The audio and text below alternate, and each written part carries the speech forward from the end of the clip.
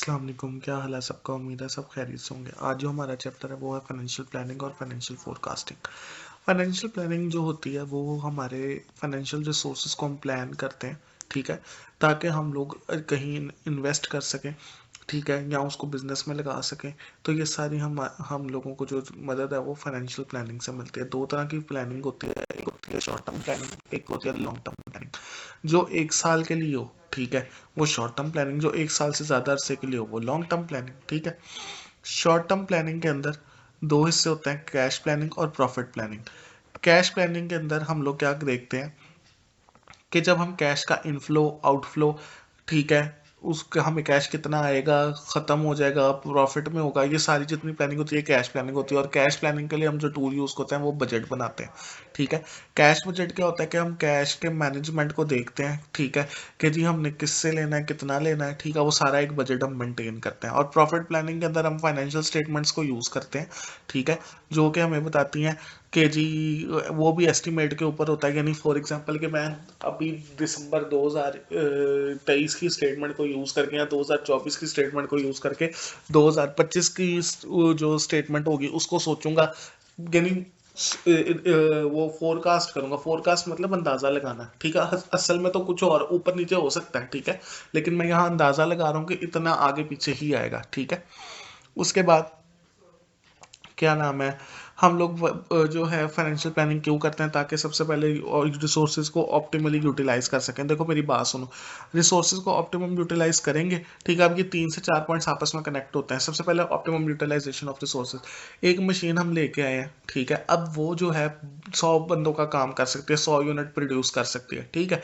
मैं उससे कराई 500, तो ये तो मेरी बेवकूफ़ी है, ठीक है। अगर मैं उससे 100 का काम लूंगा तो क्या होगा कि उस कॉस्ट मिनिमम होगी, ठीक है। कॉस्ट मिनिमम होगी तो ऑटोमेटिकली प्रॉफिट मैक्सिमाइज हो जाएगा, ठीक है। प्रॉफिट मैक्सिमाइज होगा तो जो बिजनेस के गोल्स हैं वो अचीव हो जाएंगे, ठीक है। अच्छा, इस चैप्टर के अंदर हम लोगों ने शॉर्ट टर्म फाइनेंशियल प्लानिंग पढ़ना है, जिसके अंदर हम लोगों ने कैश बजट, बजटिंग और सेल फोरकास्ट पढ़ना है, ठीक है। अब ये याद रखना, जब हम बजट बनाते हैं बजट के अंदर इनफ्लोज और आउटफ्लोज दोनों होते हैं। इनफ्लोज के अंदर सेल्स और जितनी रिसीप्ट होंगी वो आएंगी, ठीक है, और इसको हम कैश रिसीप्ट भी बोलते हैं। और कैश आउटफ्लो या कैश डिस्बर्समेंट के अंदर जितनी पेमेंट्स और जितनी परचेज वगैरह होगी ना वो आएंगे, ठीक है। अब इसको मैं क्वेश्चन की तरफ लेके जाता हूँ, ठीक है। क्वेश्चन में मैं एक क्वेश्चन निकालूं जिसमें हम लोगों को जो सारा है वो एक ही बार में कवर हो जाए, ठीक है, ताकि बार बार ना करना पड़े। लो जी, ये एक क्वेश्चन आ गया, ठीक है। अच्छा जी, आपको क्वेश्चन दिया होगा, ठीक है। क्वेश्चन में ये भी हो सकता है कि कैश रिसीप्ट और कैश डिस्बर्समेंट आपको टोटल उसने करके दिया हो सब कुछ और आपको कैसे सिर्फ बजट बनाओ, ये भी हो सकता है, ठीक है। उस सूरत में आपने सिर्फ ये वाला काम करना है, बजट बनाना है। ये सिर्फ आपने बजट बनाना है। अगर रिसीप्ट और डिस्बर्समेंट, टोटल रिसीप्ट और टोटल डिस्बर्समेंट दिया हो तो खाली बजट बनाना है। लेकिन हम शुरू से समझते हैं कि इन केस आपको रिसीप्ट और डिस्बर्समेंट दोनों ही नहीं दी गई तो आपने क्या करना है, ठीक है। एक बात याद रखनी है, सबसे पहले बनता है कैश रिसीप्ट, ठीक है। कैश रिसीप्ट जब बनेगा तो एक बात याद रखनी है, रिसीप्ट के अंदर हमेशा आपकी सेल आएगी। सेल और जितने रिसीवेबल है वो किसके अंदर आएगी, कैश रिसीप्ट के अंदर। सेल और रिसीवेबल किसके अंदर आएगी, कैश रिसीप्ट के अंदर, ठीक है। आपको क्या होगा कि उसने आपको ये डाटा दिया होगा, ठीक है। आपने जो है वो इन ईयर्स का जो है वो डाटा मेंटेन कर लेना। फॉर एग्जांपल वो आपको कहता है कि जी आपने बजट बनाना है अगस्त सितंबर, जुलाई अगस्त सितंबर का, ठीक है, या सितंबर अक्टूबर नवंबर का। तो आपने अगर तो सितंबर अक्टूबर नवंबर का है तो उससे 2 महीने पीछे ले लेने हैं, ठीक है।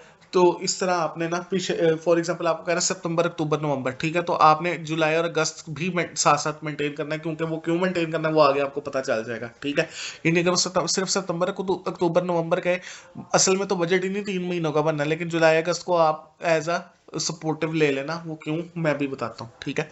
अच्छा, उसने सबकी सेल दी होगी, सेल फोरकास्ट। अब ये एक्चुअल सेल नहीं है, सेल फोरकास्ट है। वो अज्यूम कर रहा है कि इतनी इतनी सेल होगी, ठीक है। वो कह रहा है, अब उस कह रहा है कि जी जो 30% जो सेल होनी है ना उसका 30% हमें कैश सेल में मिल जाएगा। यानी 30% हमें कैश में कलेक्ट हो जाएगा। तो जितनी जितनी सेल बताई होगी उसका 30% लेते जाना, ये आंसर आता जाएगा। 3,80,000 का 30%, 1,14,000, 3,90,000 का 30%, 1,17,000, इस तरह करते जाओगे तो ये आपका कैश सेल कलेक्टेड 30%, जो 30% आएगा वो आ जाएगा, ठीक हो गया।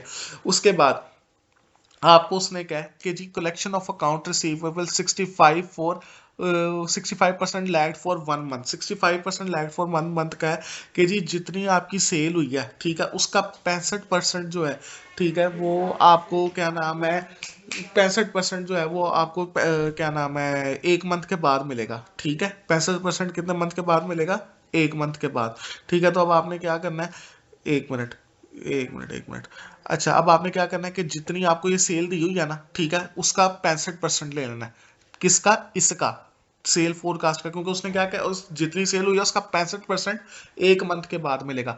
तो जुलाई का आपने लेना है 65%। ठीक है, वो आएगा 2,47,000, लेकिन उसको इधर नहीं लिखना, उसने क्या 1 मंथ बाद। तो जुलाई का किस में मिलेगा? अगस्त में।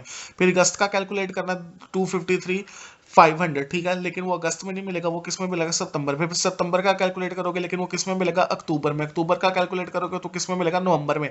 इस वजह से मैंने कहा था जुलाई, अगस्त, सितंबर, अक्टूबर, नवंबर, यानी सितंबर, अक्टूबर, नवंबर का क्या है, तो जुलाई और अगस्त का मेंटेन कर लेना, क्योंकि ये आगे आगे जाके फिर उसमें ऐड होना है, ताकि तुम लोगों को पता हो कि ये कहाँ से है। अगर हम ये मेंटेन नहीं करेंगे पिछले दो, तो हमें पता ही नहीं चलेगा और बजट गलत बन जाएगा। ठीक है, इसलिए मैं कह रहा था कि अगर 3 महीने का हो तो उससे पिछले दो जो है वो बना लेना। ठीक है, अब देखो, उसने क्या है 65% लैग फॉर 1 मंथ, तो 65% इसका कैलकुलेट किया, लेकिन वो कब आएगा? अगस्त में। अगस्त वाला आएगा सितंबर में, सितंबर वाला आएगा अक्टूबर में, अक्टूबर वाला आएगा नवंबर में। ठीक है, ये याद रखना है।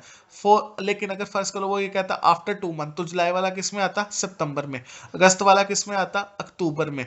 और सितंबर वाला किस में आता? नवंबर में। समझ आ गई? तो ये जितने मंथ्स का रहेगा उतने मंथ्स का डिफरेंस रख के वहां कर देना। और अदर इनकम उसने बताया होगा कि जी फॉर एग्जाम्पल ये उसने बताया कि जी ये 3,000 ऐड होगा, कोई 4,000 भी हो सकते हैं, अदर रिसीवेबल जितने भी जो भी कहेगा वो यहाँ उसको प्लस करके, ठीक है, तो इसका टोटल मार लोगे तो ये टोटल कैश रिसीव्स आ जाएंगी आपके पास। ठीक है, अब सिंपल ये उसकी वर्किंग शो की हुई है मैंने कि जी उस हमने 30% लिया था। ठीक है, कैश कलेक्शन उसने हमें कहा हुआ था। ठीक है, 1 मंथ का ये भी मैंने बताया हुआ है। अब आ जाओ जी कैश डिस्पर्समेंट। कैश डिस्पर्समेंट जो है, ठीक है, मैंने जहाँ रिसीव्ड में बताया था आपके पास सेल्स होती हैं, यहाँ परचेज होती हैं, और वहाँ मैंने कहा था जितनी रिसीव हो रही होंगी वो आएंगी, यहाँ जितनी पेमेंट हो रही होंगी वो आएंगी। सिंपल, उसका उल्ट चलना है। ठीक है, परचेजेस उसने हमें बताई हुई हैं, परचेज फोरकास्ट। ठीक है, अच्छा, अब उसने कहा जी 50% कैश परचेज होंगी, तो 1,20,000 का 50% 60,000, 1,50,000 का 50% 70,000, 1,20,000 का 60,000, इस तरह करते करते ये हो जाएगा। फिर उसने कहा जी जो आपकी परचेजेस हैं लैग्ड फॉर 1 मंथ, फिर वही काम। ठीक है, तो 1,20,000 का कितने परसेंट उसने कहा हुआ है? ठीक है, सॉरी, ये मैंने लगता है वो क्रॉस हो गया, वर्किंग में जाके देखते थे। उसने कहा जी लैग्ड फॉर 1 मंथ 50%, 50% जो है वो लैग्ड फॉर 1 मंथ है। ठीक है, तो आपने क्या किया कि जी 1,20,000 का 50% 60,000, लेकिन अगस्त का किस में जाएगा? क्योंकि 1 मंथ का गैप है, सितंबर में। सितंबर वाला किस में जाएगा? अक्टूबर में। अक्टूबर वाला किस में जाएगा? नवंबर में। देखो, सितंबर का 1,50,000 का 50% 75,000, लेकिन कहाँ जा रहा है? अक्टूबर में। ठीक है, अक्टूबर का 1,20,000 का 50% 60,000, लेकिन वो किस में जा रहा है? नवंबर में, क्योंकि लैग्ड फॉर 1 मंथ है। फिर उसने रेंट का कहा हुआ है, रेंट आ गया। फिर उसने कहा कि जी सैलरीज 12% दी है, वो भी हमने कर दिया। ठीक है, और उसने कहा जी डिविडेंड जो है वो लॉन्ग टर्म दिया, वो भी हमने कर दिया। तो सारा प्लस कर एंड पे टोटल किया तो ये आपके पास डिस्पर्समेंट का टोटल आ जाएगा। ठीक हो गया। उसके बाद लास्ट आपके पास है अब बजट। ठीक है, मैंने पहले बताया था अगर तो रिसीप्ट और डिस्पर्समेंट का टोटल दिया हो तो फिर सिर्फ बजट बनाना है। ठीक है, और उसने बजट की रिक्वायरमेंट भी लिखी है सितंबर, अक्टूबर, नवंबर का, लेकिन हमने जुलाई, अगस्त का इसलिए लिया था कि वो बैक एंड पे हमें सपोर्ट रहे, और वो क्यों था मैंने आपको बता दिया। ठीक है, अब फॉर एग्जाम्पल अब इसने हमें बजट बनाने का कहा, और हमारे पास रिसीप्ट और कैश दोनों हमने खुद निकाल लिया, लेकिन अगर ना दी हो तो फिर कैसे निकालते हैं वो मैंने आपको बता दिया। ठीक हो गया। अब रिसीप्ट और डिस्पर्समेंट दोनों है। ठीक है, तो आपने क्या करना है, ये रिसीप्ट है, ये डिस्पर्समेंट है। रिसीप्ट में से कौन सा रिसीप्ट कहाँ से आया? रिसीप्ट ये देख लो दोबारा, रिसीप्ट है यहाँ से, टोटल कैश, सॉरी ये तो डिस्पर्समेंट में चला गया हम। 1 मिनट, ये लो, ये टोटल कैश रिसीप्ट। ठीक है, ये यहाँ से उठाने हैं। ठीक है, फिर total cash, total cash disbursement ये यहाँ से उठाने। ठीक है, तो क्या करना है, अब हम लोगों ने जब बजट बनाना है जिस महीनों का उसने कहा होगा, टोटल कैश रिसीव्ड में से टोटल कैश डिस्पर्समेंट को हम लोग कर देंगे माइनस। ठीक है, जब हमने माइनस किया, ठीक है, तो ये आपके पास नेट कैश आ जाएगा। रिसीव्ड में से डिस्बर्समेंट माइनस करोगे तो नेट कैश आ जाएगा। ठीक हो गया। अब उसने क्या क्या है, बिगिनिंग बैलेंस जो होगा वो बताया हुआ है, ठीक है, तो बिगिनिंग बैलेंस आ जाएगा। ठीक है, अब एक बात याद रखना, बिगिनिंग बैलेंस उसने हमें बताया होगा, तो एक बात याद रखना, एक महीने का जो क्या नाम है, एक महीने का जो बिगिनिंग बैलेंस होता है, दूसरे महीने का एंडिंग बैलेंस होता है, या पहले महीने का एंडिंग बैलेंस, दूसरे का बिगिनिंग बैलेंस होता है। बहरहाल ये आपने इसके अंदर ऐड किया तो ये एंडिंग बैलेंस आता जाएगा, इसको इन दोनों को ऐड किया तो ये एंडिंग आ गया, इन दोनों को ऐड किया एंडिंग आ गया, इन दोनों को ऐड किया एंडिंग आ गया। ठीक है, फिर उसने एक मिनिमम कैश रिक्वायरमेंट दी होगी, उस मिनिमम कैश रिक्वायरमेंट को माइनस करने के बाद अगर आपका आंसर पॉजिटिव में आए तो वो एक्सेस कैश हो जाएगा, यानी इतना आपका आंसर जो है वो आपके पास मुनाफा होगा। और अगर आंसर उस मिनिमम कैश फ्लो को माइनस करके माइनस के अंदर आए तो वो आपका आंसर जो है वो कैश नेगेटिव होगा या कैश लॉस होगा। ठीक हो गया। लो जी, ये बजट वाला चैप्टर था।